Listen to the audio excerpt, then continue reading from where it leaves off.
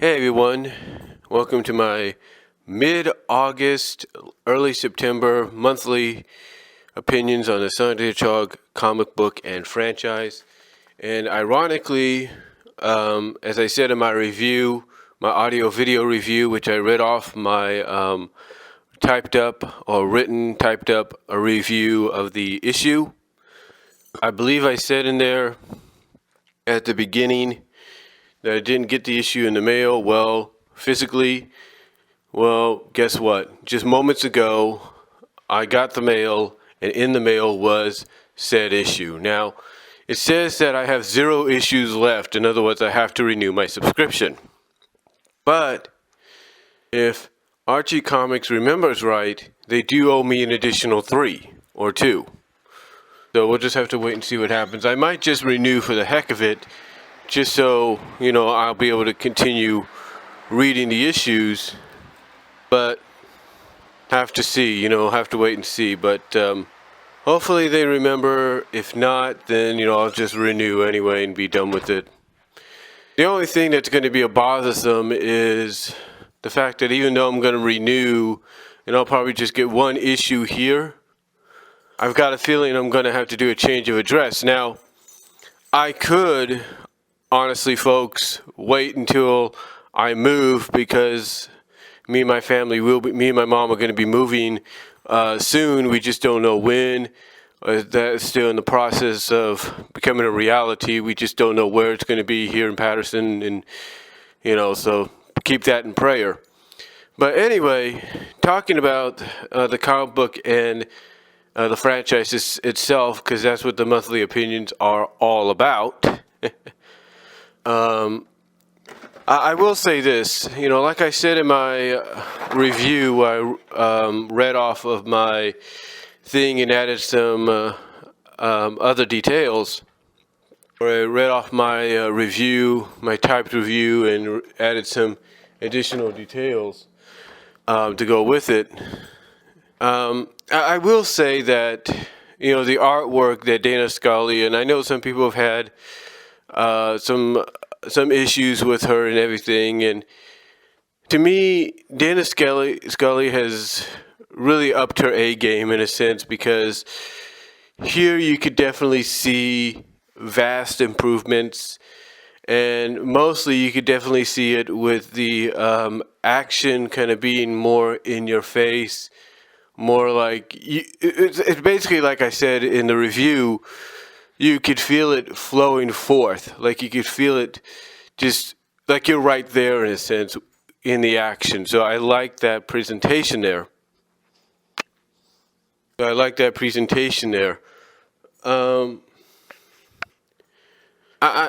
really enjoy the story so far. I mean, I know a lot of people feel it's predictable, and yes, myself have come out and said that you get this sense of deja vu with it, because you feel because in my opinion, there's a similar vibe with it compared to the 175 to 177 saga. I mean, to go back to what I was saying in the review, to kind of point this out, because this is where I get this feeling and sense of deja vu. Basically, when Eggman attacked Knothole in 175, he basically wiped the entire place out, and looked like at first basically incinerated everybody, basically blew them into disintegration or whatever. But in fact, just blasted them, teleported them into his egg grapes at his base. And in 176, there's a few panels or so of him just standing in front of them, gloating and acting like, "Yep, I won. I conquered. So what? You can't stop me now. I'm good." And then what happens in the end what happens in 176, and then mostly in 177? It blows up in his face. He loses. So you kind of get that similar feel here with part 2. Now, I'm not saying that what's going to happen in part 3 is going to be any similar But I do know for one thing. I look at the covers for 73 and then going into 70, not 73, but I look at the covers for part 3, which is 286, and part 4, which is 287, and I notice that,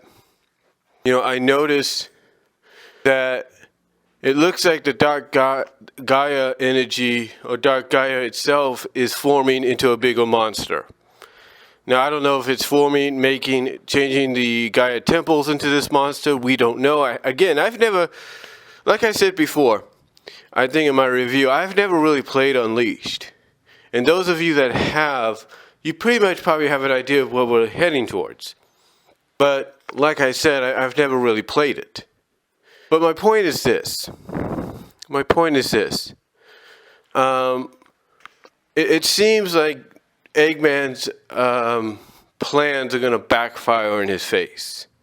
They really are, because something's going to happen where maybe it might be revealed that Dark Gaia energy, or the Dark Gaia period, was manipulating him, using him to get what they wanted. I don't know, but we'll have to wait and see. I mean, that's my thought process. That's my thought process on it.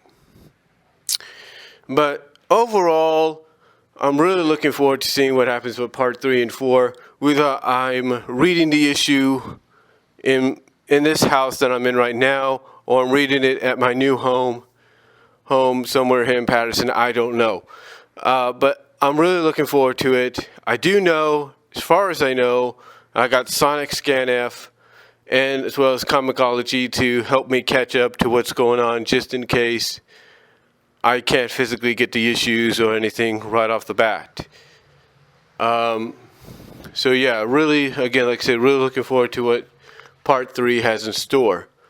What I do like about this is at least you're tying in the issues a little bit together. Now, it seems that when I'm talking about by tying the issues together, it seems that the main comic is a step ahead a little bit. But one thing I was always afraid of when they did Shattered and Panic in the Sky side by side is one might be ahead of the other. One might give away the results. But the way this is being worked out is it's going to coincide with each other. Because you take a look at 287's cover and Amy's on the cover. So it's going to coincide. So I like that.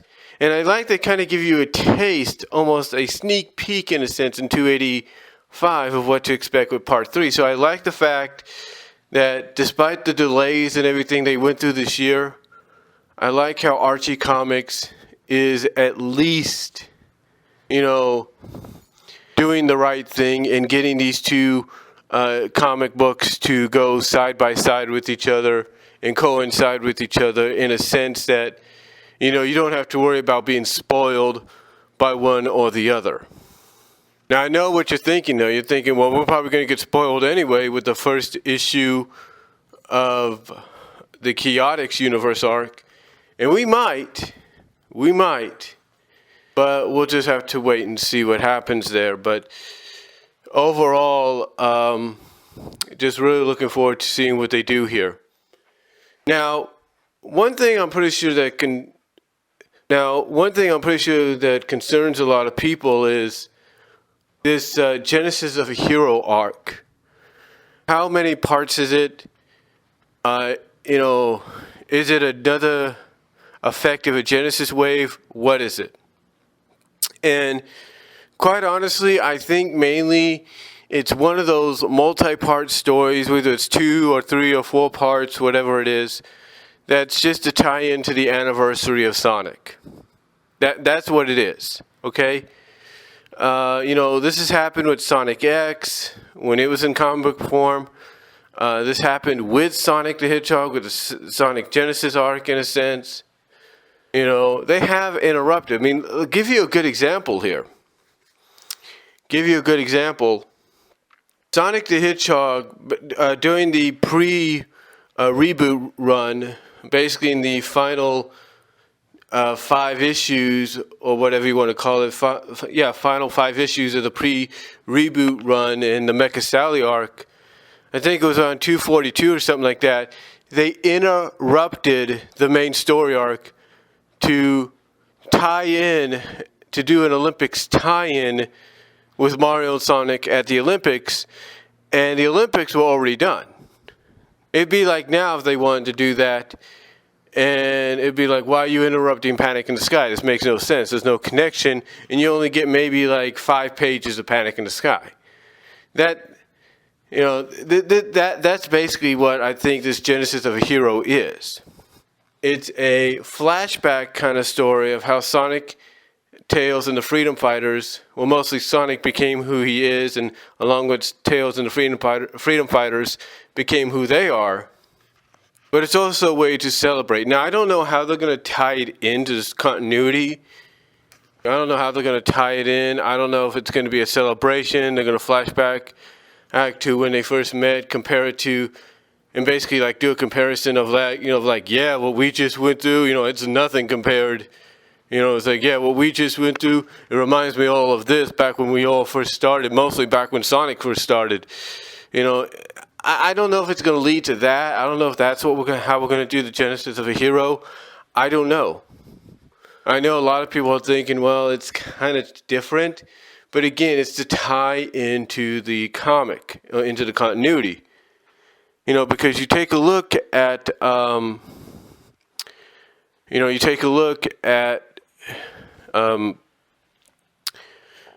know, like I said, you take a look at Sonic Mega Drive, and now it's newly retitled Next Level, and it's like, you know, what's this about? And you see that it's in the style of the classic Sonic, and again, it's all to tie into the 25th anniversary. We don't know exactly what we're going to get afterwards, because I know that this is supposed to be like I said, Genesis of a Hero could be 4 parts, so this could probably, because part 3 of Panic in the Sky is next month, around this time next month. The final part's around the same time in late October. So you're looking at mid-late September, mid-late October. You know, so you'd be looking at mid-late November and mid-late December for Genesis of a Hero. And then if it continues on into the new year, mid-late January, mid-late February. That's what I think. That's what I think. So I don't really know. I don't really know. But I will say this, folks. I will say this. However long Genesis of a Hero is, which I would assume is hopefully just going to be 2 parts, because you can end the year on that and then start the new year, 2015.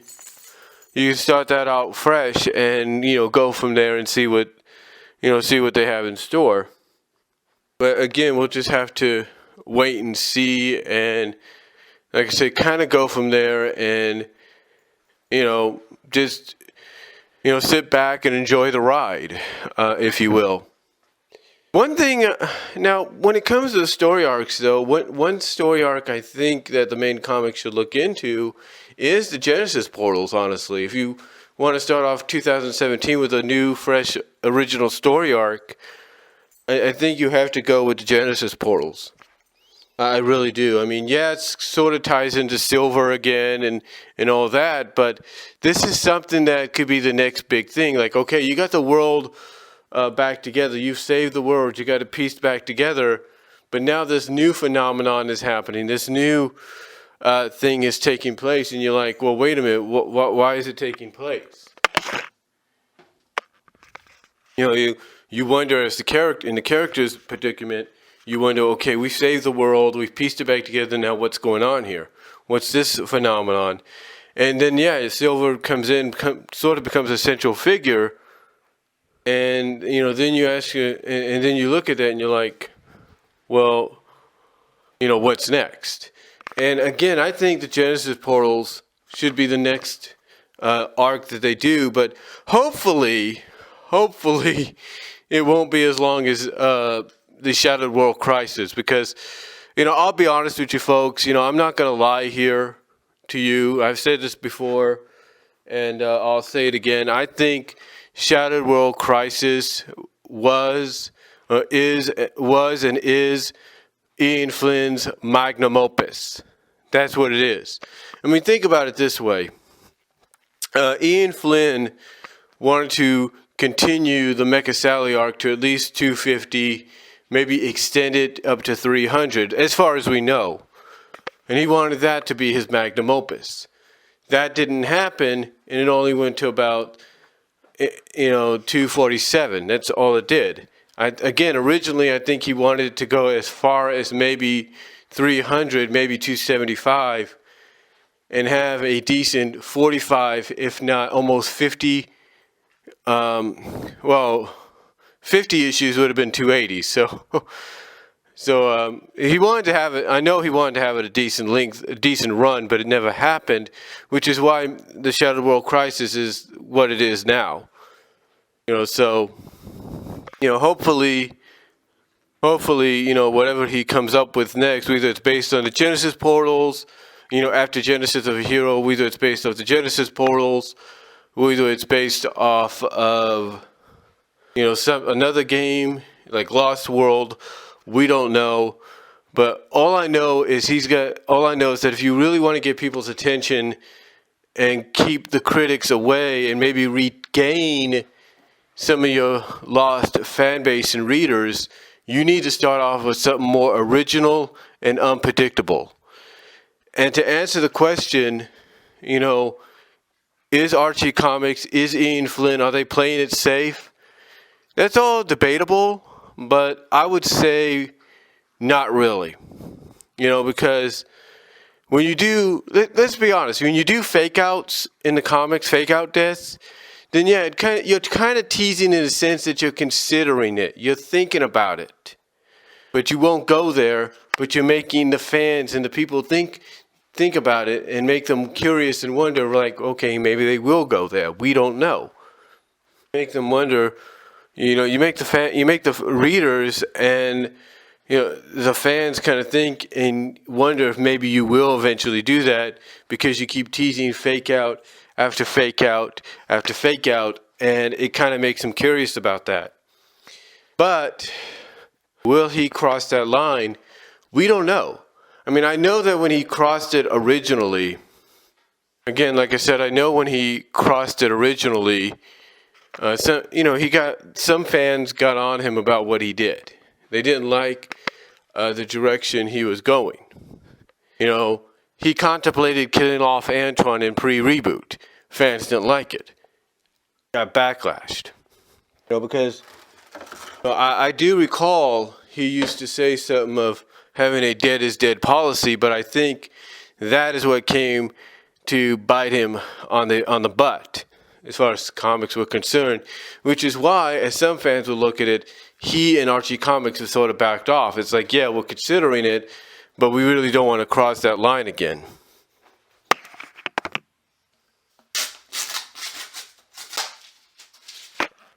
Like I said, they've considered it, maybe talked about it in meetings, but have realized they maybe don't want to cross that line again due to fan backlash and all that. So again, I don't think anybody could really blame them, if they don't want to, cross that line again because of backlash to what they wanted to do originally. So we don't know, but like I said, I think, because I know I sound like I'm rambling on here, and I do apologize, but I think honestly, my honest opinion, folks, is my honest opinion on it is, he's got to start off the new year. Like I said, he's got to start off the new year. He or whoever's going to write the first story for the main comic, they really got to start it off with an original story, not just an adaptation or somewhat adaptation or anything. They need to start it off originally, have something that, not based on any game, and just go from there and see what they can accomplish. So I think that's what they need to do, and I think the Genesis portals will be will probably be the best option that they got, really, because I think that would be like the last piece of the puzzle in a sense to really bring a lot of this full circle and just go from there. So, honestly, again, like I said, that's probably the best option they got. So, we'll just have to wait and see. But I just hope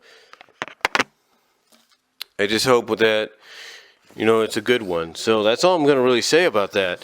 Now, as far as the games are concerned, again, we don't really know much about Project Sonic 2017.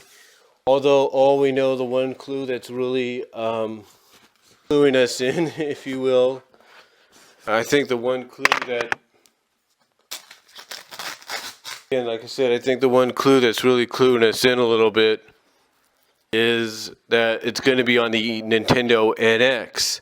We just don't know what the Nintendo NX is really going to look like, but we're starting to get kind of an idea.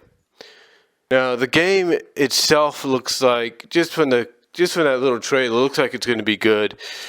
Again, what really sticks out to me, I believe, for the game, with that trailer for Project Sonic 2017, is the end of it where it says, "Join the Resistance." And you even get the indication that even heroes need help. And I don't think we're just going to get help from classic Sonic, let's be honest. I think what we're going to see, though, is maybe something we've been waiting for a while. I mean, there's no doubt we'll probably have Amy, and we'll have Rouge, and we'll have Shadow and Knuckles, Sticks maybe, Cream. The original, the entire cast of the entire game cast. Don't get me wrong, we'll probably have that. But when you read the title, "Join the Resistance," to me that indicates that maybe there's a possibility we're going to finally see the Freedom Fighters in a game. It might be through cutscenes, and that's about it. But hey, it'll be something if that happens. If that's what they have in store for Sonic 2017. As far as Sonic Mania goes, I'm looking forward to that next year in the spring, because that's basically a hybrid of what we got classically and what we get with the games now. So I really like it. I really like the concept there. So can't wait to play that. I've played Mario and Sonic at the Olympic Games so far, and it is a good game. It is decent. The only problem I have is I've unlocked several characters. The only problem is trying to get them to play into different sports. So I don't know how I play the unlocked characters, if you catch my drift. But overall, just the games I'm really looking forward to. Hopefully by the end of this year, maybe the beginning of next year, we'll get some kind of clue as to what the movie will be like by Sony, and what we have in store with that. And I know Sonic Boom's got another season coming out later this year, maybe next year. And like I've said before, and I'll say it again, I like the concept. I mean, I even predicted this is something they needed to do. I said that the second season they need to do, I suggested, and I'm sure I'm not the only one, that they need to do full-length episodes. They can't just rely on the 11-minute style episodes. What's 2 11-minute shorts in one episode. They can't keep relying on that. They need to do something more. They need to do something different. And to realize but to hear that's what they're going to do, and as well as make some of them multi-part, that's going to be great too. Now, the only thing I think some of us might fear with that multi-part scenario is, are we just going to get, a part one in one half of the episode and then get a part two in the second half? Just like what they used to do, like with the new Scooby-Doo mysteries. They would do like a part one for the first 11 minutes and then do a part two for the second 11 minutes. Are we going to get something like that? That's what I'm curious about. Are we going to get something like that? I don't really know. We might, But then again, hopefully we won't. But like I said, hopefully, we won't get something like that. We might get something to where we do get full-length multi-part episodes. Now, I believe even though they're going to do full-length episodes, I do believe that they're going to still keep the zaniness and Looney Tune-ness, if you will. And I still predict a lustful milk gag happening. And what I mean by lustful milk gag, in case you guys don't know, is when a character is so attracted and enamored by another that they melt into a complete puddle. Just like Tiny Toons, Animaniacs, you name it. So I'm not going to say it's going to happen, but I wouldn't put it past them to make it happen, especially, with characters like, let's say, Amy Rose, maybe Styx. I wouldn't say Styx, but I'd say someone like Amy Rose, Percy, something like that. And I do predict we might see Percy a lot more in Sonic Boom in the upcoming season, especially with the multi-part episodes. I can almost sense that she's going to play a major role in those. And, we might see a Boom version of Rouge. We've seen Shadow, we've seen Silver, so we might see, a Boom version of Rouge and maybe see a Boom version of Blaze. So, I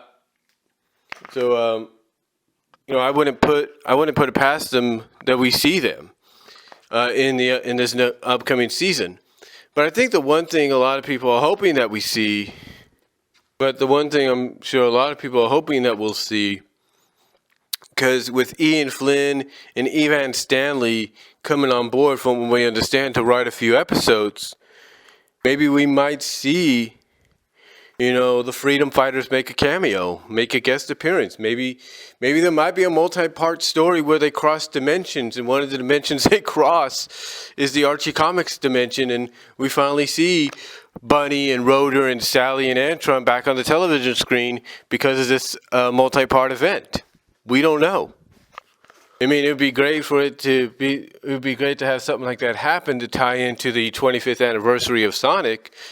But we don't know. I mean, Ian Flynn and Evan Stanley are being very hush-hush about it. So, about the involvement and what stories they're going to write. So we'll just have to wait and see. But as far as Sonic Boom is concerned, like I said, I definitely see with these multi-part stories. Sorry about that. But like I said, I do expect with these multi-part stories for Percy, and now when I think about it, Rouge, Silver, Blaze, if Rouge and Blaze appear, to play major parts as well. I really do.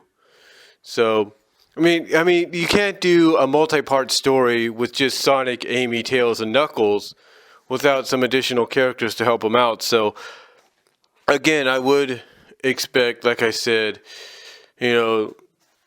Silver, Shadow, and maybe even if they come in and make an appearance, Rouge and Blaze to participate in these multi-part stories along with Percy. Maybe, I wouldn't even be surprised if they add Zoe to the mix as well, Tails' girlfriend, a love interest from the first season. I wouldn't be surprised by that. So I expect those characters, the ones that have appeared, like Percy, Zoe, Shadow, and Silver, along with characters that I know they're going to have. I know people are going to want to see them bring in, like Blaze, like Rouge, to play a part in any kind of story that they have, even if it's a multi-part story, or just a single 11-minute episode, or a single, full-length episode. I expect them to play a part. And again, we don't know what Ian and Evan's involvement's going to be, but if there's a possibility that they could have a say in the Freedom Fighters, like Bunny, Rotor, Antron, Sally, showing up at least maybe for a guest appearance, maybe a multi-part crossover event or crossover story that helps celebrate Sonic's anniversary, that'd be great too. Even if it's for that, because I know there's a lot of long-time Saturday AM fans that would just wake up early, tune into Cartoon Network just for that. I'm pretty certain of that. But we'll just have to wait and see what they do. You could have Tikal show up as well, which would be great. Tikal, you could have Honey the cat show up in Boom this year for an 11-minute short or a full-length episode or a multi-part arc. It would be, I think, probably a great idea for them to incorporate.